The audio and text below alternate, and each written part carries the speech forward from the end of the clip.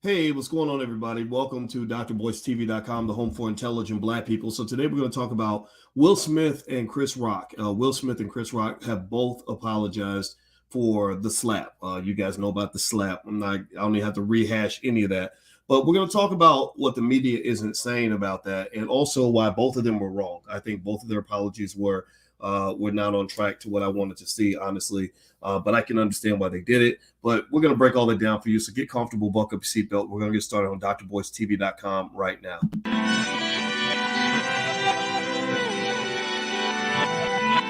Here we are, clan the isms, cataclysm great. Our people out here struggling, trying to make it in this state. Everybody out here doing it, but we the ones who late. Now family, we the ones who gotta delegate. Get that money in the power, never be fake. Stick to co-sign for 3. What did he say? Create jobs, support our own. Educate the same and buy back your own. Got 3 degrees, triple 10. 3 PhDs, now we on the CNN. DBTV, let's talk about negligence. Ignorance is bliss, but we can turn it to intelligence. Believe none of what you hear, half of what you see. Let's break it down here on Dr. Boyce TV. Here we are. Hey, what's going on, guys? Welcome to drboystv.com, the home for intelligent Black people. My name is Dr. Boyce Watkins, and I want to say hi to everybody. What's going on? Put your hashtag B1 in the chat. Hashtag B1 means that we are Black first. Black first means we put our community at the top of our priority list. Black first means we educate our kids.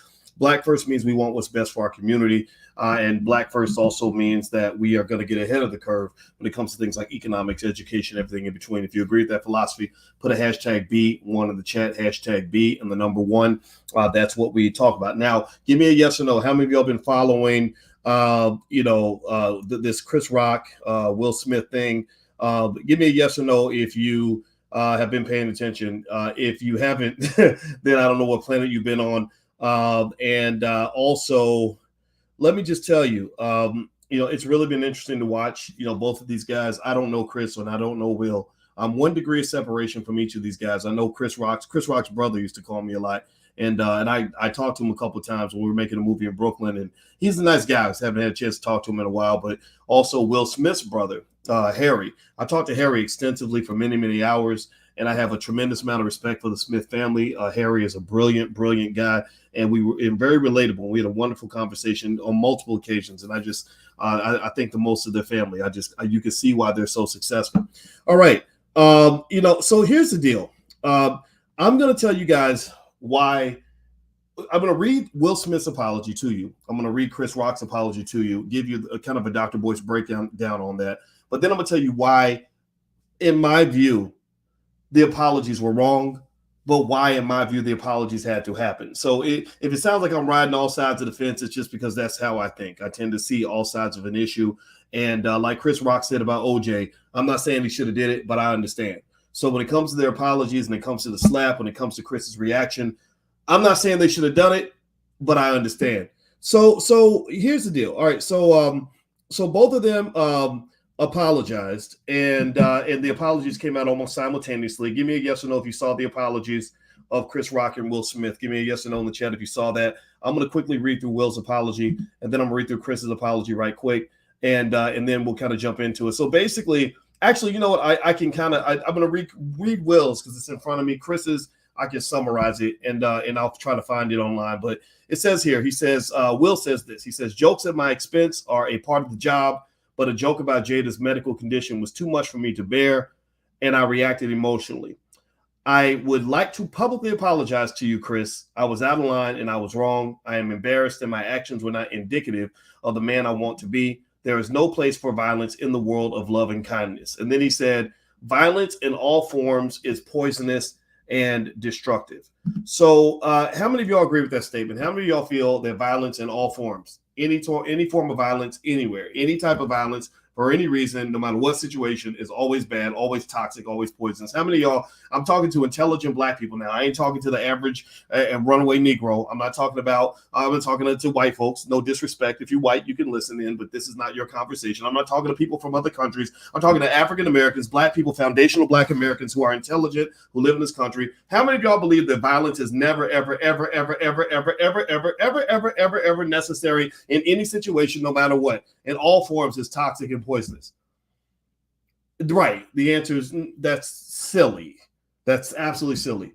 All of us have probably imagined or been in a situation where some degree of violence was necessary. My father has had to kill a man because he was trying to hurt an innocent family. My father was a cop for 20-something years. He had to kill a man. He was a soldier. He had to go to war, right? It wasn't his war, but he had to go to war. He's been in situations where if somebody was to try to hurt my sister, violence would be all up in the house. All that so-called toxic masculinity would have been all over the place because he would have got straight to whooping ass, and he wouldn't have been slapping you. He'd have been slapping you with that. He'd have been pistol whipping you on your way down to the ground. So let's get out of that nonsense, right? We got it. The Chris Rock, Will Smith thing was interesting to me as a fellow brother because this was two black men about my age going at it. And we followed their careers for many years. It was very disappointing to watch.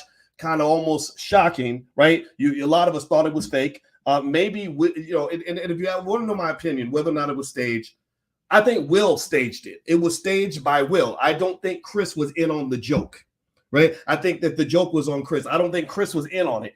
I wouldn't be surprised if Will said to himself, if he makes one joke about my wife, I'm going to slap his ass on, and I'm going to do it on stage in front of a live camera so everybody can see me, because Will is smart. He's strategic. He's not a guy that's just going to flip off the handle and lose it. I think he's a guy who premeditated. It's a premeditated slapping. And I'm not judging whether it's right or wrong. I'm not telling you like, oh, that was stupid or that was evil. I'm just saying that that's what I saw. I saw premeditated ass whooping. Like, if you say one thing about my wife, I'm going to go up on that stage because I'm Will Smith and I can do that. Now, Boyce Watkins runs up on the Oscar stage. I'm going to get tackled when 50 feet away from the – I can't get to the stage. Well, Will can walk up and they think it's a joke. Like, oh, Will Smith is going out. Oh, this is great for the ratings. Then, wow. Then he goes West Philly on your ass. And everybody's like, what the hell just happened, right? We forget Will is from Philly. Thank you, Maj Toure, for reminding us that Will is from Philly. So Willie from Philly decides that he wanted to handle a situation, but also put on a show, right? He's putting on Will as the ultimate showman. He's very intelligent. Again, I told you, I don't know Will, but I knew his brother Harry, and you could tell the neurons are firing. He's strategic, right? And also, again, wealth comes into play because Will knows he's Will Smith in the sense that he knew that I can get away with this and other people can't. I can go, pay attention now. This is gangster shit. I mean, God bless him for this, right? Can you ever imagine a guy who says, look, I can walk up on stage at the Oscars with all these A-list celebrities behind me? I mean, billionaires, 30, 40 billionaires are in the crowd. The Rock is in the crowd, right? Denzel is in the crowd, right? The Brad Pitt is in the crowd. A-list Hollywood, the who's who in Hollywood. I can walk up on the stage, slap the shit out of the host, not get locked up, and be on stage receiving an award 20 minutes later. Shout out to Will Smith. Let's congratulate you on literally pulling off the greatest feat ever committed by a black man since Barack Obama got all those white people to put him in the White House. That's impressive. Very impressive. Very impressive. Now here's the nuance. Here's the part that I want to dive into a little bit to help us understand it kind of in a different way. Okay. Now, by the way, if I missed something, if something happened today and I missed a little bit, forgive me, just chalking up to daddy-daughter time. I'm on a daddy-daughter trip to Alaska. We went to an ice cave today. It was absolutely beautiful. I'm going to put some pictures of it on my Instagram. My Instagram is The Real Boyce Watkins. So just check my gram a little bit later. I'm going to show you guys pictures and everything else. But father-daughter time is obviously more important. So I didn't catch everything because I was literally, there was no Wi-Fi, no phone, no nothing. Okay, so forgive me for that. But anyway, okay, so here's the deal. I didn't like the slap. I surveyed you guys. You guys know I'm a statistician.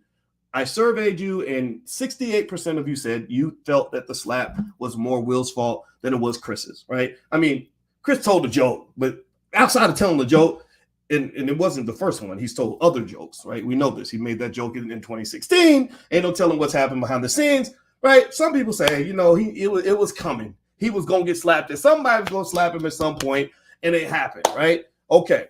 So Chris probably even expected at some point somebody was going to slap him, right? He's probably been slapped before, so I think he was kind of, he's used to that, right? But with that said, I think that Will Smith forgot that he was Will Smith. I think that he forgot that there are so many different ways he could handle that he wasn't able to really process the fact that getting slapped has significant consequences. Right? Maybe the financial consequences don't matter to him because he's worth $500 million or whatever. Right? but there's the reputational consequence. How are people going to respond to this? Right? This was two black men going at it, but it was in front of the whole world. It wasn't just black people watching. It wasn't just white people watching. It wasn't just Americans watching. It was people all over the planet watching this, right? That's a reputational effect. Third, you're talking about getting arrested and getting sued, right? So let's just be clear. When I read the apologies, when I was looking at the apologies, and you know what, I'm not even going to really, I read Will's apology, Chris's apology. I put it on my Instagram. Feel free to read it there. I don't even want to really go into the nuance of that because I don't want to waste your time. I just want to tell you why I personally, I understand why they apologize. I respect the fact that they did, right? I respect the fact that they're now saying, wait a minute, I'm Will Smith, I'm Chris Rock. I have to set an example. I have to maintain my career. In the background, we've got white people telling us, my God, you've got to fix this, or it's going to mess up the next movie, right? We got $100 million on the line. Like, all of that's happening, right? All this is happening. And if y'all read those statements, you could tell it didn't even sound like it came from them, right? It just didn't, right? So I get why it had to come, because these guys, they work in Hollywood. Hollywood's a weird place full of strange people that many of us do not relate to. But as a black man, what I am going to say also about this apology, though, is that I don't understand why either one of them, if you're really sticking on what you believe, I don't believe an apology is necessary, because both of these guys are incredibly smart. And let me tell you why I think the apologies were wrong. But again, I'm biased because I don't apologize for anything unless I clearly make a blatant mistake. 9 times out of 10, if I say some shit that offends you, it's because I thought about it beforehand. And when I look at Will Smith, I see a guy who's smart enough to know what's probably going to happen if he gets up and walks up on stage and slaps the host at the Oscars. I really can't imagine Will saying, my God, I just lost my mind, or I was on drugs. And he doesn't come off like the type of guy. Maybe I'm wrong. Maybe somebody can correct me. That's fine. But I don't see that, right? So my thought is this. Look, I've heard the arguments. I've read every single perspective, and all of them are valid, right? That 32% of you that said that it was Chris's fault, I get that, right? You're talking about a guy who chose to make these jokes about Jada Pinkett Smith, who's already going through her situation with alopecia, which is connected to an autoimmune issue, right? So she has an autoimmune issue causing the alopecia. Your hair's falling out in clumps. You're in your 50s. It sucks. You want to be beautiful. And this black man is on stage making fun of you in a way that he never would have done with Meryl Streep. He's talking about you in a way that he never would have done with a white woman. He ain't going to come out. I just can't imagine Chris making jokes like that about any Angelina Jolie or whoever the famous white people are. The lady that played Katniss and whatever, I can't remember her name, Jennifer something, whatever. I don't keep up with white people like that, to be honest with you. But whatever, right? I don't think Chris would have made that joke about them. I think that familiarity does breed contempt. And I do believe that Chris hides his hostility through comedy, right? I think that he's the guy that'll get pissed off at you and write some really funny, really horrible, demeaning jokes about you. And that's where you're seeing his hostility. It's beyond passive aggressive. It's like comedic aggressive. That should be a terminology, right? That's what I think it is. Now, here's the deal, though. Number one, they're just jokes, and that's the first part, right? I've had people joke about me. When I was getting my dental work done, y'all made fun of me like a mug when it came to my teeth. Like, Dr. Boyce's teeth, he looked like a horse. What's wrong with him, right? And you deal with it. People have made fun of my wife. And yeah, are there times where you want to respond in a certain way? Yeah, absolutely. But that's not always the best way to handle it. And also, remember, when you decide to go out of character like that, and you decide I'm going to just try to go gangster with you, which almost makes Will more of a punchline, because everybody knows Will's not really the thug he's pretending to be. You can't keep up with the ghost of Tupac Shakur. You can't keep up with all these guys that are going to continuously try to punk you because they don't understand the complexities that come with being married to a woman who's had some of her garbage spill out onto the floor, right? They just, people don't get that. So you're always going to be made fun of. Slapping this man does not, in my view, make you look harder or tougher. It kind of makes you look like you're a little bit out of character, right? But with Chris, I never would have apologized for anything, because you don't have to apologize when somebody slaps you because you made a joke. There's an ethic in comedy that says, look, you believe in freedom of speech. If my joke offends you, then that's your problem, not mine. Dave Chappelle stands by every word he says as a comedian. The Jerry Seinfelds, the Richard Pryors, all the great comedians, I've noticed they are on code when it comes to saying, look, we defend the right of a comedian to make jokes. So if 9/11 just happened and you make a joke about 9/11, we're going to support you as a fellow comedian because comedians have freedom of speech. So it's Chris Rock. Again, I'm not saying Chris was right or wrong. You can judge that on your own. I'm saying that if that's what you stand on, then you stand on that. If you are truly committed to your craft, if you're like, I'm a comedian, this is what I do, this is what I said, these jokes. There are three ways I would have considered responding if I were Chris on that stage in a guest slap. Number one, I would probably do the thing I'd want to do, which is I would try to slap you back. I'm not just, I would be hard to just sit there and get hit and then not want to like retaliate. Or two, I would not do anything and be the bigger man and make a joke about it, and then say, hey, guess what? I'm gonna keep joking about you. So you best come ready next time though, because I'm gonna have my security ready to slap your ass if you decide to ever run up on me. But I'm gonna make more jokes about you just to show you that I'm that much more dedicated to my craft than you think. I'm not a punk. You're not gonna back me down. You're not gonna make me you're not gonna make me whimper. I'm not gonna apologize. I thought about the joke. I made it up. I came up with it. I thought the shit was funny. That's your problem if you have an issue with that. Or three, you say, could you call the police and arrest that man over there? Because he came up and he committed assault against me, and I want to make sure he goes to jail. And then I'm getting on the phone with my lawyer, and we're suing you for $50 million, and you can't hide from it because everybody saw what you just did. So that those are literally the responses I think Chris could come up with. I think apologizing, I really didn't quite get that. I think if you're going to apologize for making the joke, then the best way to apologize for the joke is to not make the goddamn joke in the first place. Don't get me wrong. Again, I cringe when I hear some of Chris's jokes. He did that whole movie about black women's hair, and a lot of black women felt deeply offended by the movie, and maybe that was going to lead to him getting slapped. But I would just say, look, don't make the joke if you're going to have to apologize for the joke. But once a joke comes out of your mouth, that's your joke. Own it. Hey, I'm not going to make a joke like that again.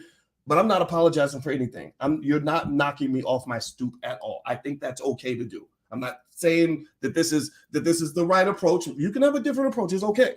But I'm tired of seeing black men always apologizing. We always apologizing. Always apologizing. Now, in this case, it's a little bit different. I get it. But Nick Cannon, he apologized how many times did the Jewish people make him apologize? Like 8 times or something? I mean, his name should be changed to Apology Cannon, because it was like a cannon just kaboom shooting out apologies there. I apologize to people he didn't even know. Ma'am, I apologize. Well, what did you do, sir? I don't know, but I'm just apologizing in advance. Like we apologize in our sleep, and that's one of the challenges I have with working around these racist white folks is they always got your black ass apologizing. It's okay to just stand on what you said and stand on what you do. Dave Chappelle didn't apologize. That was one of the biggest things I respected about him was he just said, look, maybe I'm not perfect. Maybe I messed up, but I'm not apologizing. You're going to have to get that apology somewhere else because I am a free American too. I can say what I want. I'm going to do that. Right now, let's flip it over to Will. Do me a favor, hit the thumbs up button. Thumbs up, thumbs up, thumbs up. Please do that. Subscribe. Also go to BoyceWatkins.com if you want to know more about some of the stuff we got going on. I wrote books and all that. You guys know about that, but we're not here to talk about that. All right. So Will Smith, here's the reason why I didn't like Will's apology either. Will, in my view, everything he did made perfect sense.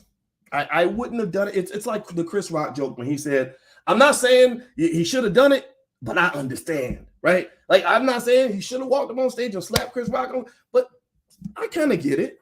I get it. It's your wife. You want to defend your wife, right? Now, he's not, now mind you, there's a difference between him defending his wife and defending all black women. So those of you who are extrapolating Will's actions to say he was up there defending black women, no, he was defending Jada Pinkett Smith. He wasn't defending you. He wasn't defending your woman. That's your job, right? And if you don't feel defended as a black woman, find a black man if you get with a black man, get with one who's willing to defend you or support you or give you whatever support you need. Right. And so he wasn't defending black women. He was defending Jada. Right. That's just a nuance there. I want to make sure that's clear. But defending your wife makes sense. I totally get it. And remember, Will's one of the few people on this planet who can get away with walking up on stage at the Oscars and slapping the host and not going to jail, not getting sued, and literally getting the host to apologize. That's gangster. And then getting the Oscar 20 minutes later, knowing he's going to get invited next year. That's awesome. That's a huge display of power. I totally get that, right? So you made that choice. You made the decision. You said, hey, if he say this joke one more time, I'm going to slap his ass. And you did it. You're a man of your word. You walked back to the say walk like this little kind of George Jefferson kind of walk. Remember George used to walk like, he did that. And I was like, whoa, wow, he meant that, right? And I think that's fine. Okay, you did it. The apology, I don't like that. I don't like that because I think that undermines the intelligence that I believe Will Smith has. I believe Will Smith is a courageous, talented, highly strategic individual. I think he planned that slap like crazy. And why are we backpedaling now? Why are we acting like it was just a random act of undisciplined black male violence? I just lost it. I just had to go slap that motherfucker, man. I just had to kick it up. That's not how these guys operate. These are intelligent, strategic men. Okay, you slapped him. You didn't go to jail. You made him apologize, and they gave you your Oscar. And they probably gonna give you another one. They're probably going to send you a thank you letter for helping the Oscars become more relevant than the Oscars have been in 20 years. Oscars ain't been relevant since Biggie was a baby. Ain't nobody watched Oscars in years, right? So God bless everybody involved. I think, okay, it was a little weird. But you know what might have happened? Maybe a flex on Will Smith's behalf is maybe he changed the rules of the Oscars. Right? Because before we're like, oh my goodness, everybody's clutching their pearls. Like, oh my goodness, you don't run up on stage at the Oscars and slap the host. Well, now you do. Now you got a new set of rules. Now that's allowed if you have that kind of power. Right? Now the Oscars are becoming like the Source Awards. Remember the Source Awards? They were hitting each other in the head with chairs and all that. Somebody's going to outdo him. At some point, someone else is going to outdo him because that was a pure Kanye West move. And to me, one of the interesting, again, this is the point that I don't think media is really picking up on. They're picking up on the facts and the details, but these are the nuances that I see as a black man and as just a person who kind of studies things like wealth and power. I see two black men, particularly one black man, particularly Will, who instigated the process, who have really just changed the rules of what it means to be at the Oscars. Will Smith, he's not a guy that they can just say, oh, well, he's canceled. We're going to cancel him. We're going to ruin his career. He's going to be blackballed. They can't do that to Will Smith. You know why? Because his family's probably worth $400 or $500 million, and he knows that. And from what I've gathered from talking to his brother Harry for hours, who is a finance guy like me, I got a sense that he saved some of that money, and he ain't scared of none of y'all's asses, and God bless him for that. That, to me, is the ultimate flex. Will does not, in my opinion, have to go act like a thug to be a powerful black man. Will Smith is, to me, hats off, man. You did it. You did it. You went to LA, you kicked ass, you took names, you controlled that shit. You made a great movie called King Richard about a black man who was hated and seen as a bad person, Richard Williams, and you resurrected his image unlike any other, and you did it. You did that shit. You did it in an amazing way that made me proud. That's it. That's it. The apology, maybe the apology is just good for anybody who's watching, any young person who thinks that violence should be your first option. I don't agree. I agree. I like that part. I like the idea. Like honestly, if I could replay that whole scenario, it never would have happened. It never would have happened. I would have been like, come on, man, you ain't got to go slap this guy. What are you doing? Right? But since it happened, then let the shit happen. It happened. It's there. It's part of the record. Apologies, to me, in this context, are not necessary, nor are they beneficial to anybody. And I thought it was a bunch of BS. I didn't like it. If I'm Chris, I don't apologize because you slapped me. How am I apologizing to you? What kind of man I look like? You come up and you slap me, you assaulted me, and I'm apologizing to you? No, I'm not apologizing. I'm gonna whoop your ass, get you arrested, or whatever. Or maybe I'll take the high road and move on and tell another joke. Either one of those three things is gonna happen. But apology is not option 4. Option 4 does not exist. Again, Will Smith, defend your wife's honor. That's awesome. Again, the strongest form of a black man is a black man who says, I got a black woman next to me and I love her so much that I will not allow anybody to disrespect her or to tarnish her in any way. That's awesome. That's beautiful. That's inspirational. That's love. So anybody who calls that simping, something's wrong with you, man. You need to go to a therapist so you can figure out why you hate your mother so much that you don't think black women are worth defending with everything you got. But I just think that defending her in a different way, in a more intelligent way, makes sense. And I respect and I honor the women who don't put, as my friend Dr. Maurice Green said the other night, put batteries in the back of a man to make him say, oh, well, baby, if you really want to defend my honor, you got to go whoop his ass. You got to go shoot him. Put a gun out. Paquan, go shoot that mother. Paquan's going to go to jail. He's going to be dead. And that's not going to help the family, right? So maybe being more strategic in terms of how we clap back at people might be a solution. We're not natural thugs, and a 50-year-old thug to me ain't, that's just not going to be the model that's going to create the black power that we need. Will Smith is not Suge Knight, nor should he be trying to emulate Suge Knight. I'd rather see him emulate Warren Buffett. Believe me, you disrespect Warren Buffett's family, he's going to clap back and he's going to slap you in a way that makes you remember that for the rest of your life. But he's not going to run up on stage like a gangster trying to start thugging it out with people. You don't have to do it that way. Okay. So those are my 2 cents. I'm about to go lay down. I'll forget if you want to see some of the pictures. We went to this great ice cave today, and I took some great pictures of it. So if you want to see it, my Instagram is The Real Boyce Watkins. And also, if you could hit the thumbs up button before you go, thumbs up, subscribe to the channel. God bless all of you. I love you. I will see you all soon. Please have a great day, and I'll talk to you later. Be good now. Peace.